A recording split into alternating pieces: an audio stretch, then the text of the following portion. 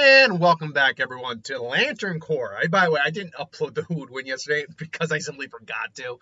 So the Hulu will be up today, too. But from Ruben Lemills, did I get the name right? If not, I apologize. What is the Lantern Corp of BlackBeard from One Piece? Now, I'm still very much in my One Piece journey. I'm only currently on volume 47, which is Thriller Bark right now. And I'm liking One Piece. I think it is still my least favorite of the big three, but I like One Piece quite a bit. And Teach is one of the main antagonists coming in at the end of the story. Right now we are dealing with Emu, and most likely he is the big bad. It's either going to be Emu is the big bad, and Teach is kind of a secondary villain they're going to have to deal with after like their primary encounter with Emu. Or Emu, he's gonna be revealed to be the secret actual big bad.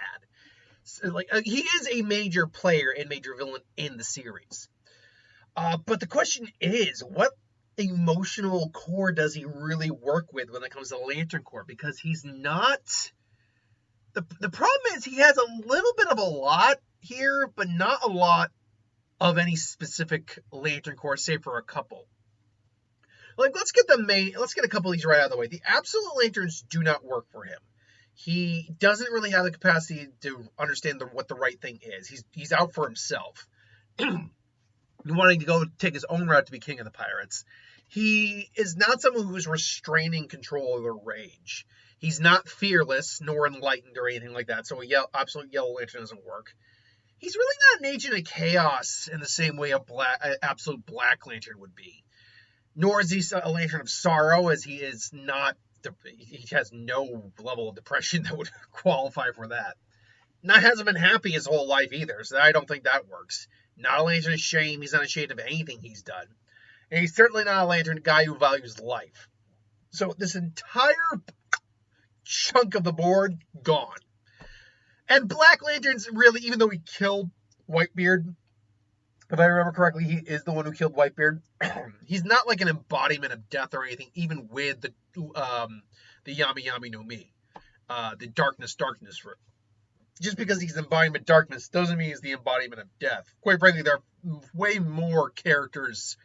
There are far more characters, many more characters in One Piece that would qualify for the Black Lantern than BlackBeard, weirdly enough. So that leaves us with our Core 7. And this is where the whole a little of all kind of comes in, because in some capacity, he qualifies for quite a few of these Lantern Corps, but I only think he really qualifies specifically for two of them, really. Does he have a strong willpower? Absolutely he does, but I don't think it's the kind of willpower that you'd really need a Green Lantern ring, or that would attract a Green Lantern ring. At least not over a couple of the other options here. Now, I do think one of the options, though, is fear. Especially as he gained more power, he gained the Darkness fruit. He also took Whitebeard's fruit. And so it's revealed that he can't have more than one double fruit, which is insane. It's still not explained really, apart from the fact that his genetics are different than a normal person, which allows him the ability to have two different fruits. And who knows, possibly a third. There's a prevailing theory he could actually have three fruits. But we'll wait and see. And it would make some sense, right? I mean, the Yami Yami no Mi is supposed to be a Logia-type fruit, but it does not allow him a intangible form. That sounds, but its power is it literally can suck things in. Of course, he feels the damage. Damage is amplified on him, but he sucks things in. He negates Devil Fruit powers. I mean, it behaves, frankly, more like a Mythic Zoan, doesn't it? Now, that's not to say it is a Mythic Zoan. It could just be a very unique Logia fruit, right?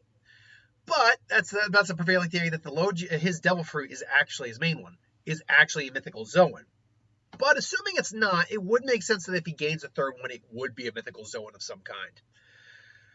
Anyway, so I think just on the grounds of where we're at in the story right now, even though he hasn't been coming up lately, I mean, they're dealing with Emu right now, the last I knew, he is still someone who would have a serious reputation, would be very much something, someone that people would be afraid of. Now, beyond that, it's rage. He really isn't someone who's motivated by rage. He's motivated by something else, honestly. But rage is not among them.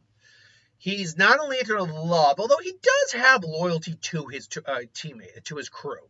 Even though he betrayed Whitebeard, he is loyal to his crew, definitely. Sorry, got a message on my phone real quick. It's nothing all that important. Okay, and moving on. So, yeah, I really wouldn't say he's a Lantern of Love at all. Compassion, like I said, he's loyal to his teammates, to his crewmates, definitely. At least to whatever degree it suits his needs. But I could see an argument that he's maybe so just kind of power hungry and do whatever it takes that maybe he could qualify on the condition that, he lacks a lot of compassion, but he's not compassionless. If that makes sense? Because there's only two real ways to qualify. You either have to have it as your dominant trait, or you need to be completely devoid of it. That leaves us with the last two. Now, this is weird. Hope is a weird one because he has this unshaking belief that he will wind up victorious. He will be the king of the pirates, so forth and so on. But I don't think that's really hope. In fact, he seems more than... maybe you could count that as hope, but I don't think it'd be the type of hope that would work for a Blue Lantern ring. Nor do I think that his crew put that type of faith in him. Now, the one Lantern ring, though, I think does make sense, even more than fear, though, is avarice. This is a greedy man. He wants power. He wants to be king of the pirates. He took multiple devil fruits. He may take more. We don't know for certain. He is just not satisfied with his place in life, and even if he became king of the pirates, he'd still probably go for more. I think he's the definition of avarice in this case, and self-serving in the grand scheme of things. So I think greed makes the most sense for BlackBeard. But this is just my opinion. Let me know what you think. Thanks for watching. I hope you enjoyed. Like, comment, share, subscribe, and I'll see you next time. Later.